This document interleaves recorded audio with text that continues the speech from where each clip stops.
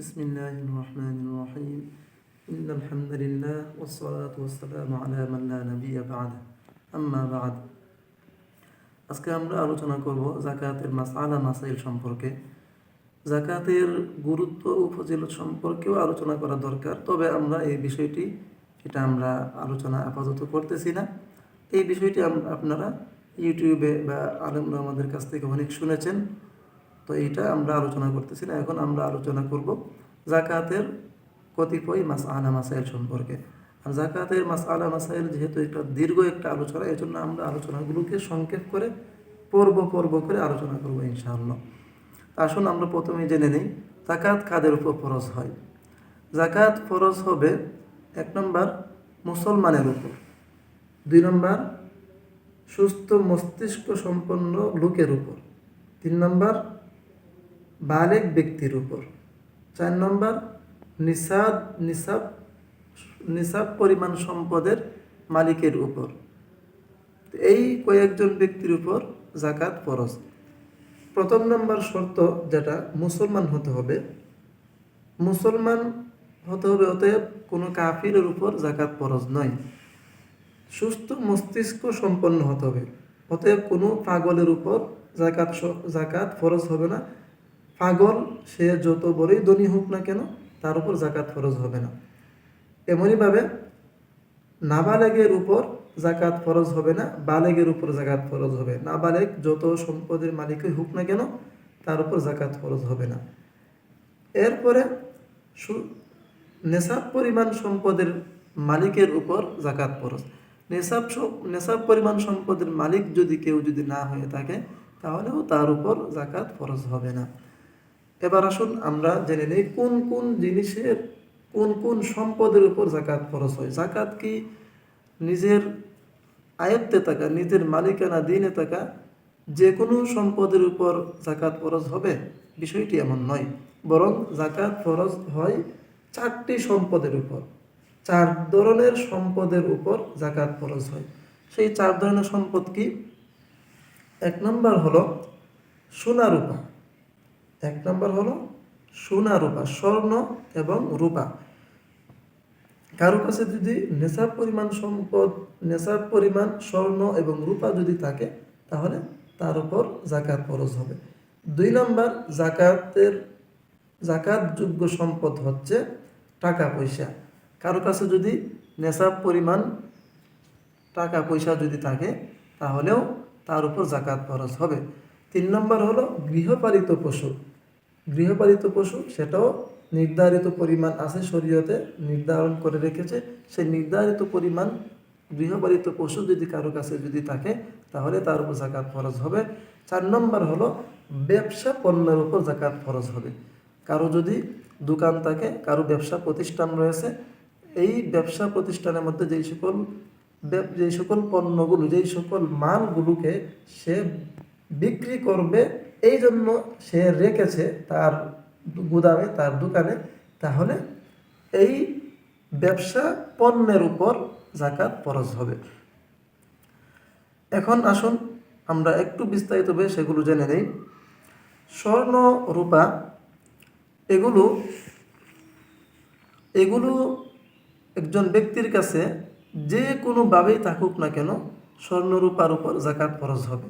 স্বর্ণ এবং রূপা যদি কারো কাছে যদি নিসাব পরিমাণ স্বর্ণ থাকে অথবা রূপা থাকে, এবং এই স্বর্ণ রূপাগুলো সেই স্বর্ণ রূপাগুলো অলংকার আকারে থাকুক, অথবা এগুলো আসবাবপত্র আকারে থাকুক, অথবা এগুলো বিস্কিট আকারে থাকুক, যে কোনোভাবেই থাকুক, অথবা এই স্বর্ণ রূপাগুলো সে নিয়মিত ব্যবহার করুক অথবা অনিয়মিত ব্যবহার করুক, অথবা একেবারেই ব্যবহার না করুক, তার মালিকানায় আছে, একেবারেই ব্যবহার না করুক, এই স্বর্ণ রূপার উপর যাকাত ফরজ হবে।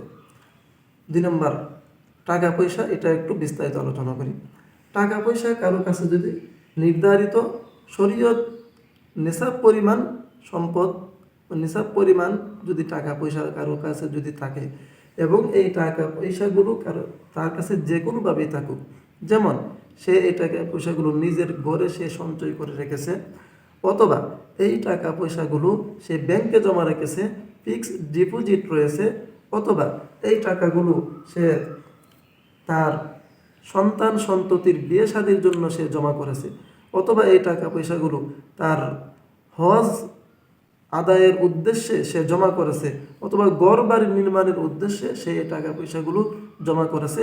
যে কোনোভাবেই সে এই টাকা পয়সাগুলো জমা রাখুক না কেন, এই টাকা পয়সাগুলো যদি নিসাব পরিমাণ হয় তাহলে তার উপর যাকাত ফরজ হবে। গৃহপালিত পশুর ব্যাপারে কথা হলো, শরীয়তের একটি নির্ধারিত একটি পরিমাণ রয়েছে। যেমন কারো কাছে যদি উট যদি 5টি থাকে তাহলে তার উপর যাকাত ফরজ হবে, অথবা উট না থাকুক, গরু আছে 30টির কমে যদি গরু থাকে তাহলে যাকাত ফরজ হবে না। 30 বা 30 ঊর্ধ্ব যদি গরু থাকে তাহলে তার উপর যাকাত ফরজ হবে।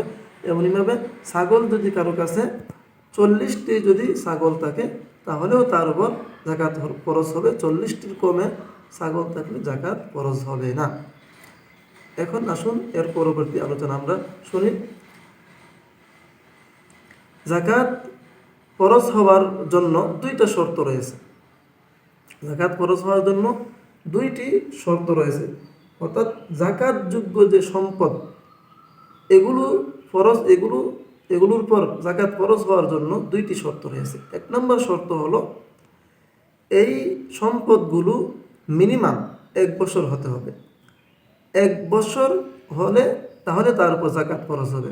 যেমন কারো কাছে কেউ কোনোভাবে সে 2 লক্ষ টাকার মালিক হয়েছে, তো এই টাকাগুলো তার কাছে 2 মাস 3 মাস ছিল, 4 মাস ছিল, অথবা 5 মাস তার কাছে ছিল। পরবর্তীতে সে এই টাকাগুলো সে খরচ করে ফেলেছে বিভিন্ন প্রয়োজনে, ঘর বাড়ি নির্মাণের জন্য, অথবা যে কোনোভাবে সেই পয়সাগুলো খরচ করে ফেলেছে।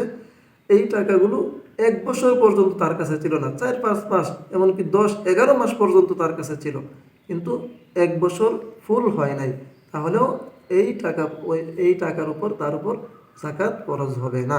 তাহলে আমরা বুঝতে পারলাম টাকা পয়সা বা যাকাতযোগ্য সম্পদের উপর যাকাত ফরজ হওয়ার জন্য 1 নম্বর শর্ত হচ্ছে সেগুলো 1 বছর নিজের মালিকানায় স্থায়ী থাকতে হবে। 2 নম্বর শর্ত হলো এই সম্পদগুলো, যাকাতযোগ্য সম্পদগুলো নিসাব পরিমাণ হতে হবে।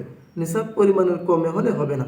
যেমন কারো কাছে এখন বর্তমান বাজার মূল্য অনুযায়ী যাকাত আসে 95,000 টাকা হলে তার উপর যাকাত ফরজ হয়।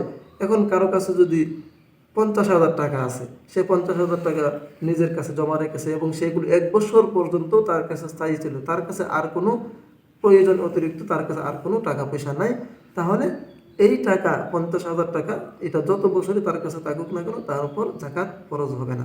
তাহলে আমরা বুঝতে পারলাম যে যাকাতযোগ্য সম্পদের উপর 2টি শর্ত, যাকাত ফরজ হওয়ার জন্য 2টি শর্ত রয়েছে।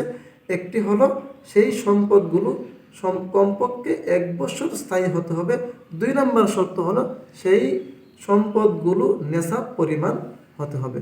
তো আমরা আজকের আলোচনা থেকে এই বিষয়টি আমরা সহজেই বুঝতে পারলাম। ইনশাআল্লাহ আগামী পর্বে আমরা নেসাব কতটুকু, শরীয়ত যাকাতের জন্য কতটুকু নিসাব নির্ধারণ করেছে এটা আমরা জেনে নিতে পারবো ইনশাআল্লাহ তাআলা।